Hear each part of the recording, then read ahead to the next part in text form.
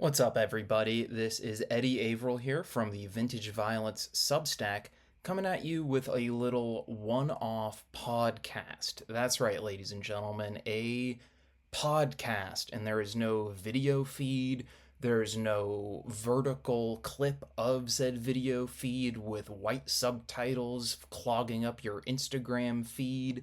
Nothing like that, because I am above all else a podcast traditionalist. For those who don't know, I did the extended clip podcast with my beloved co-hosts JT White and Malcolm Baum from 2019 to January of this year, 2026. And, the show had run its course, and so it ended.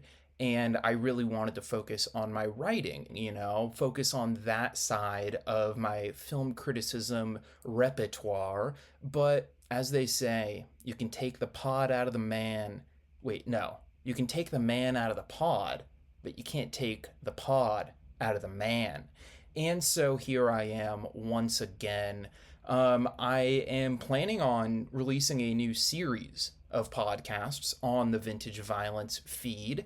But this is just a little precursor, a little warm up, if you will, a little solo action. So get ready for some motherfucking monologues here.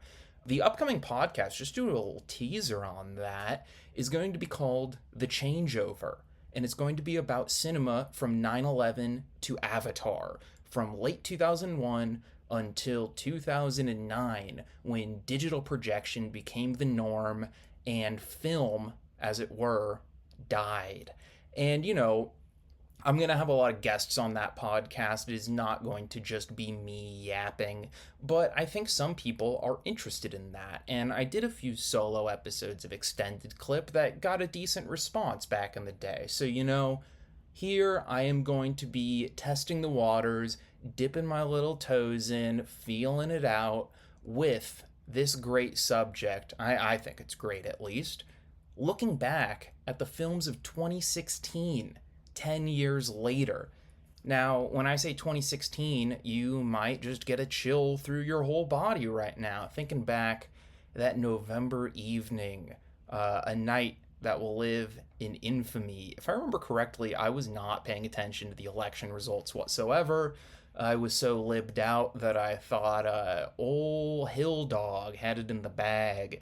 And my then girlfriend and I emerged from watching, I believe, A Serious Man, and, on Blu-ray, of course, and were shocked, like the rest of the nation, to see the results. But you know what? That's not what this is about. That's not what this is about at all. 2016 is a year that signifies something of a downturn, I think the end, as I alluded to with the changeover to digital projection, was already beginning. But like any other year in the, throes of Hollywood and in the dog days of Hollywood, as it were, you can still put together quite a nice list of movies, especially if you're looking a little outside the system. But looking back at 2016, before I get into my countdown of my top 20 films of that year, I wanted to look back at what was popular, and I don't like looking at box office. Look, if I ever say a box office figure, it means that I have a gun pointed at my head and that you must break into my house in beautiful Northridge, California and, disarm the assailant, because movies are an art form. They are not the fucking stock market or the crypto exchange. I think that's already outdated. That's how little I pay attention to that stuff. But just looking at Letterboxd right now, the films that have lasted the longest, to say, on Letterboxd at least, what's most popular from 2016 nowadays, just running through the top real quick. You got La La Land, you got Arrival, you got Deadpool. Right off the bat, three stinkers.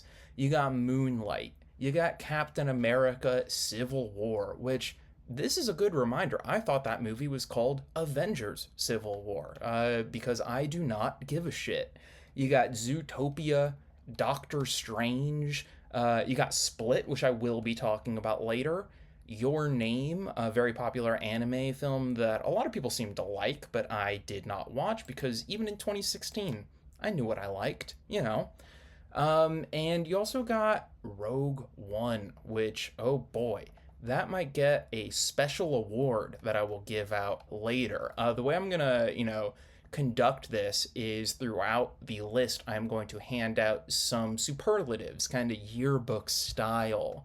And, actually, I think I'm gonna start with that one first. Before I get to my number 20 favorite of the year, I am going to give out the award for the worst film I saw from 2016. Now, this was a close race. The two candidates were already mentioned. They were two of the most popular films of 2016, the runner up being the Marvel Link Up, where you spend about an hour watching just like guys fly around on like a tarmac at the airport. And I remember still like not being in the bag for these movies, but being more like okay with them at least. And the riff of like Tom Holland as Spider-Man tripping up the bad guy's legs with his webs, a la Empire Strikes Back, and getting a nice call out to that in the dialogue, just infuriating me, and me realizing how annoyed I was at that. Another thing about this movie that I remember, this second worst movie of 2016, was in the marketing. There was a lot of like, are you on Team Captain America? Or are you on Team Iron Man? And I still remember seeing this opening weekend, packed house, Granada Hills Regency Theater, and as the lights went down, this guy goes, Team Iron Man. And then another guy goes, Team Cap.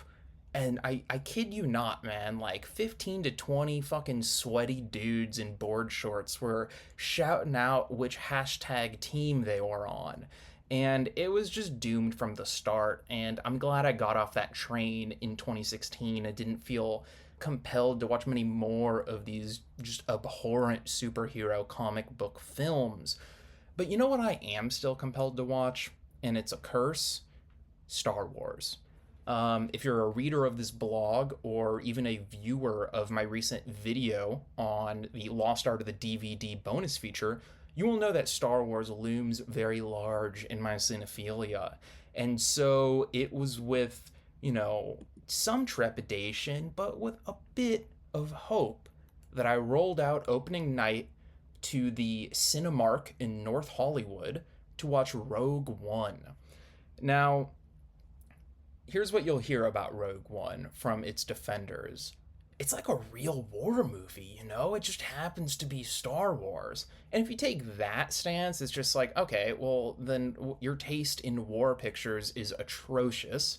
But as a Star Wars movie, it is just like embarrassing fan fiction. They are taking a supposed plot hole of the original film. Like how did they blow up the Death Star with this one obvious weakness? And so this film literalizes that and makes it all about someone creating that weakness in the Death Star. And as far as like fan fiction goes, I'm sure there's a lot worse out there. You can look up some images on DeviantArt of Jar Jar Binks doing unspeakable things that might be a little more offensive than this movie, up until you get the Ghosts of Star Wars Past. You get Peter Cushing reprising his role as Grand Moff Tarkin. But wait, Peter Cushing is dead. Yes. The Grand Moff Tarkin stuff in this is not only completely unnecessary on a script level, tantamount to jangling keys in front of the Star Wars fans saying, remember this guy? But it is immoral. It is terrible. They made a CGI hologram of Peter Cushing and just like plopped him in there, and people are supposed to be talking to him, like he's supposed to be like looking out at the window or whatever into space. And it is just like, not only does it take you out of the movie, and look, I'm not one for like full immersion. I'm pretty aware that I'm watching a movie most of the time, but it's just depressing. Disney will stop at nothing. to please the like fandom, as it were, which is one of the most disgusting words ever. I don't want to say fandom again after that last time. The other one is, of course, at the very end when you see Princess Leia. And, Carrie Fisher was still alive at this point. She had just shot some scenes for the first two of the J.J. Kathleen Kennedy trilogy of sequels, but they de-aged her in a rather horrifying way, and then she dies shortly thereafter. And so it is just God, I hate it. I mean, she doesn't show up to set for this, it's a stand in, and then her, digitally touched up face is added on top of it. And it's just disgusting. So, Rogue One, worst movie of the year. Now let's get into the countdown.